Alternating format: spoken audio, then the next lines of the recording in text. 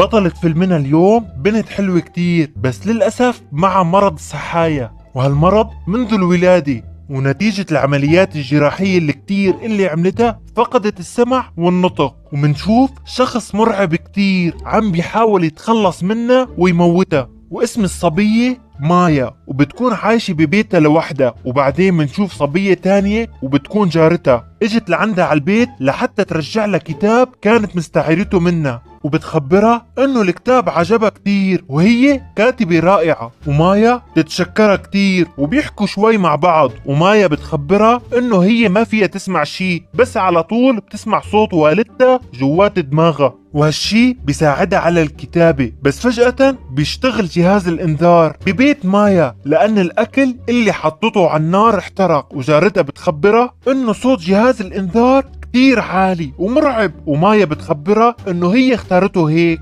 لحتى تحس بالاهتزازات لأنها ما بتسمع. وبعدين بنشوفهم جالسين مع بعض برا البيت وعم يحكوا ويتسلوا، وجارتها تعزمها لحتى تسهر معها هي وحبيبها كرمال ما تضل لحالها. ولكن مايا تعتذر منها وبتخبرها انه عندها شغل على كتاب جديد لازم يخلص قريبا.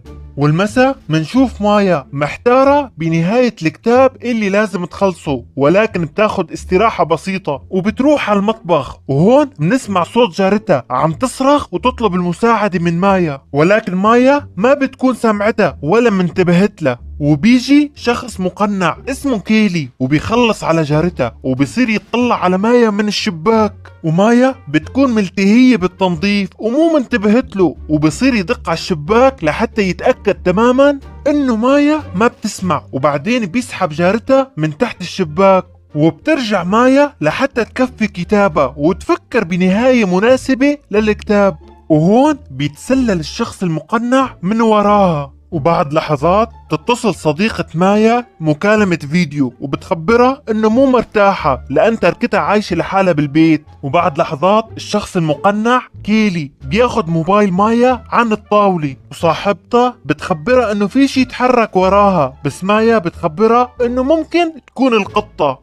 وبتروح مايا لحتى تشوفها وبتدور عليها كتير بس ما بتلاقيها. وبعدين بترجع مايا لحتى تتابع عملها، وبتفتح اللابتوب وبتنصدم انه في حدا باعت صور من موبايلها على اللابتوب، وهاي الصور مرعبة جدا لان مبينة انه في شخص عم بيراقبها من داخل بيتها. وبترعب مايا وبتحاول تدور على الشخص اللي بعت الصور، وبتشوف كيلي عم بيأشر لها انه الموبايل معه. وقبل ما يدخل على البيت بتركض مايا وبتسكر الباب، وبتصير تسكر كل الابواب والشبابيك اللي ممكن كيلي يدخل منها، وبتروح لحتى تتصل بالطوارئ، ولكن كيلي بيقطع الكهرباء عن البيت وبيقطع الاتصالات عن موبايلها، وكمان ضرب دواليب السيارة لحتى ما تحسن تهرب بالمرة. ومايا بتحاول تخوفه وبتكتب له على الشباك انه حبيبه رح يجي بعد شوي، ولكن كيلي بشيل الماسك وبيخبرها انه هو بيعرف انها هي لحالها وما رح يمشي قبل ما يخلص عليها مثل ما خلص على جارتها. وهون مايا بتاخد سكين وبتطلع على غرفتها، وكيلي بصير يخبط على شباك غرفتها وجثة جارتها معه. وهون بتفكر مايا انه ممكن تلاقي موبايل بجثة جارتها، وبتخطر على بالها فكرة خطيرة، لهيك بتشغل انذار السيارة لحتى تلهي كيلي، وبتفتح الشباك لحتى تدور على موبايل جارتها. وهون كيلي بيرجع بسرعة كبيرة وبيكون رح يدخل من الشباك، ولكن بآخر لحظة مايا بتخبطه بالمطرقة على ايده وبتسكر الشباك مرة تاني، وهو بيرفع تليفون جارتها ليخبرها انه التليفون معه. وضلت مايا تحاول تهرب منه، وكيلي عم يدور حوالين البيت لحتى يحسن يدخل لعندها. وهون مايا بتلاقي فرصة وبتطلع برا البيت وبتتخبى، بس بتخلي ايديها على الارضية الخشب لحتى تحس على حركته وتشعر بوجوده لما بيوصل، ولما تحس عليه انه اقترب منها فورا مايا بتهرب، بس كيلي بيشوفها وبيضرب عليها سهم ولحسن الحظ ما بيصيبها. وبتخطر ببالها فكرة تانية وبترمي ضوء الكشاف لبعيد لحتى تشتت انتباهه وتهرب من الجهة التانية، ولكن كيلي ما بيتشتت، بالعكس بيرمي عليها سهم تاني وبيصيب رجلها، وبصعوبة تحسن تهرب من سهم كان راح يصيب راسها ويخلص عليها. وبيطلع كيلي على البوابة ليتأكد إذا خلص عليها أو لا، ولكن أول ما بيوصل عند السطح مايا بتاخد سلاحه وبتدفشه وبترجع على غرفتها وبتسكر الشباك، لكن مع الأسف كانت عم تعاني من الإصابة بسبب السهم اللي صاب رجلها، وبتكون عم تبكي ورجلها عم تنزف. وبتحاول مايا انه تضربه بالسلاح اللي معها، ولكن ما بتعرف تتعامل مع السلاح لانه بيحتاج قوة. وكيلي عم بيراقبها وهي عم تعاني، وهون بيوصل حبيب جارتها وبيكون عم بيدور على حبيبته وبينادي لمايا، لكن طبعا مايا ما بتسمعه. وكيلي بيعمل حاله شرطي وبيخبره انه تلقى اتصال طوارئ من هذا البيت ومو عارف يدخل، وبيطلب منه موبايله لحتى يتصل بالدعم، ولكن حبيب جارتها لمايا بشك فيه، خصوصا لما بيشوف الإصابة اللي بإيده.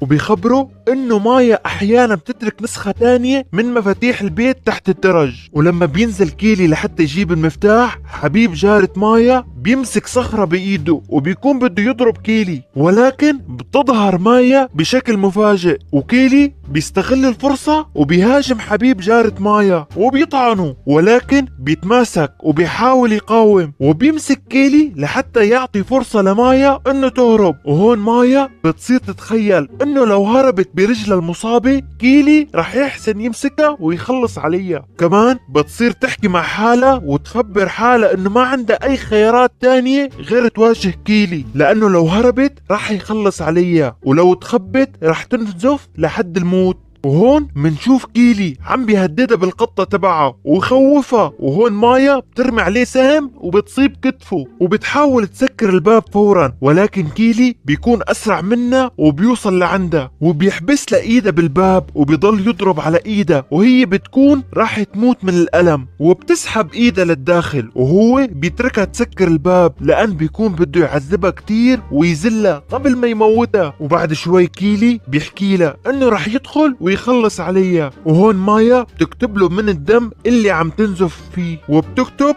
جرب تحاول تدخل وجرب يا جبان وشوف شو رح اعمل فيك. وبيروح كيلي لحتى يجيب اي شيء يحسن يكسر فيه الباب، وكمان مايا بتروح لعند لابتوبها وبتصير تكتب مواصفات كيلي، وكيلي ما بيحسن يكسر الباب لانه الزجاج بيكون ضد الكسر. وهون كيلي بيدخل شوي شوي وبيحسن يتسلل على الحمام وبيروح على المكان اللي متخبيه فيه مايا، ولكن مايا بتحس بأنفاسه قريبة منه فبتضربه بسكينة على رجله وبتهرب، ولكن بسبب نزيفة بتفقد توازنها وبتوقع بالمطبخ، وبتمثل على كيلي انه هي فقدت الوعي. ولما بيقرب كيلي منها بترش على عيونه مبيد حشري وبتشعل انذار المطبخ اللي صوته مزعج، ولكن كيلي بيستجمع كل قوته وبيهجم عليها وبصير يخنقها. ولما بيكون رح يخلص عليها وينهي حياتها بتحسن مايا توصل لفتاحة المشروب وبتضربه فيه على رقبته وبتخلص عليه، وبتاخد الموبايل من جيبته وبتتصل بالطوارئ. وهيك بينتهي الفيلم مع وصول الشرطة على بيت مايا. شاركوني رأيكم بالتعليقات ولا تنسوا زر اللايك والاشتراك. كان معكم نوردن، بحبكم يا أحلى عيلة.